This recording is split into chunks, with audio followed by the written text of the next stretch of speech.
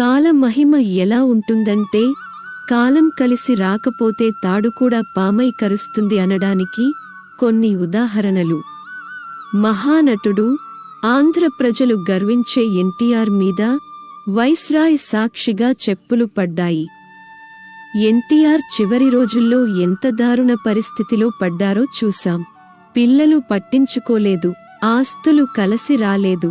2009 election ప్రచారంలో megastar Chiranjeevi మీద కోడిగుడ్లతో దాడి చేశారు. ఆ తర్వాత రాజకీయాల నుంచి నిష్క్రమణ. మహామేధావి, మాజీ ప్రధాని పివి నరసింహారావు 420 కేసెస్లో బోనులో నిలబడవలసి వచ్చింది. చివరికి శవానికి దహన సంస్కారాలు కూడా సరిగా జరగలేదు. మాజీ ముఖ్యమంత్రి రాజశేఖర్ రెడ్డి అంత్యక్రియలు చేయడానికి కనీసం శవం కూడా దొరకలేదు. ఇప్పటి ముఖ్యమంత్రి జగన్మోహన్ రెడ్డి 16 నెలలు జైలులో ఉన్నారు. 1978లో మాజీ Pradhan Mantri ఇందిరాగాంధీని content of house కింద సాక్షాత్తు మన పార్లమెంటే జైలుకు పంపింది. తమిళ ప్రజలతో అమ్మా అని పిలిపించుకున్న తిరుగులేని ఉక్కు మహిళ మాజీ ముఖ్యమంత్రి జయలలిత అసెంబ్లీ సాక్షిగా చీరలాగి వివస్త్రను చేశారు. టాన్సీ కేసులో కోర్టుల చుట్టూ తిరిగింది. చివరికి ఏ స్థితిలో చనిపోయిందో చూశాం. ఆంధ్ర బిల్ గేట్స్గా పేరు పొందిన సత్యం రామలింగరాజు 4 సంవత్సరాలు జైలు శిక్ష అనుభవించాడు. ప్రపంచాన్ని గడగడలాడించిన అలెగ్జాండర్ చివరకు నిస్సహాయంగా చనిపోయాడు.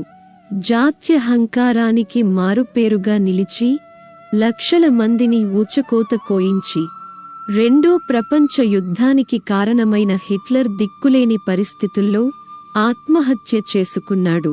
గొప్ప విజన్ ఉన్న నాయకుడుగా చెప్పుకునే మాజీ ముఖ్యమంత్రి చంద్రబాబు నాయుడు అపాయింట్మెంట్ కోసం గుమ్మం బయట చేతులు కట్టుకుని వేచి చూసిన కేసీఆర్ ఇప్పుడు తెలంగాణ రాష్ట్ర ముఖ్యమంత్రి.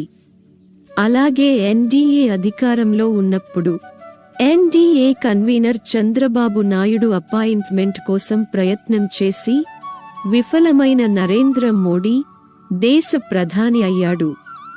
ఒకప్పుడు చంద్రబాబు అపాయింట్మెంట్ కోసం వేచి చూసిన నరేంద్ర మోడీ, కేసీఆర్లు 15 సంవత్సరాల తర్వాత పీఎం, సీఎం అవడం, చంద్రబాబుకి 2019 ఎలక్షన్స్లో చరమగీతం పాడడం కాలమహిమ కాక మరి ఏమిటి?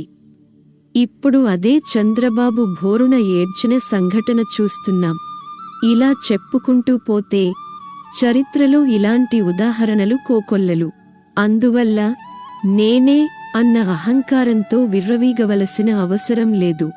నేనే గొప్ప, నా వల్లనే అంతా జరుగుతుంది, నా సంఘమే గొప్ప, నా పార్టీనే గొప్ప, మా నాయకుడే గొప్ప, మాదే అంతా అనే వ్యక్తి అహంకార విధానం అవసరం లేదు. ఈ నేనే అన్నా ఈ భూమికి మనం అరువుగా వచ్చాం. కొన్నాళ్లకు ఈ భూమికే ఎరువుగా మారిపోతాం. ఈ మధ్యలో పరువుగా బతికేద్దాం. ఎవరు ఎప్పుడు ఎలా మారుతారో చెప్పలేం. కాలం కంటే వేగంగా మనసులు మారే మనుషుల మధ్య మనం బ్రతుకుతున్నాం. అందుకే ఎవరితో ఎంతవరకు ఉండాలో అంతవరకే ఉండాలి మనం. జీవితంలో అన్నీ కోల్పోయినా ఒకటి మాత్రం మనకోసం ఎప్పుడూ సిద్ధంగా ఉంటుంది. దాని పేరే భవిష్యత్తు. మనిషి జీవితం మేడిపండు లాంటిది. మేడిపండు పైకి అందంగా కనిపిస్తుంది కానీ లోపల అన్ని పురుగులే ఉంటాయి. మనిషి జీవితం కూడా అంతే. ఒకరి జీవితం మరొకరికి అందంగానే కనబడుతుంది కానీ ఆ జీవితంలో దాగి ఉన్న కష్టాలు, కన్నీళ్లు ఎవరికీ కనిపించవు. మనం మనిషిగా పుట్టడమే ఒక అద్భుతం. బతికి ఉండటం ఒక అదృష్టం. ముడిపడుతున్న బంధాలన్నీ వరాలు. ఎదురుపడుతున్న అడ్డంకులన్నీ మనకు విలువైన పాఠాలు. కష్టం గురించి చింతించక ఉన్నన్నాళ్ళు ఆనందంగా గడిపేద్దాం.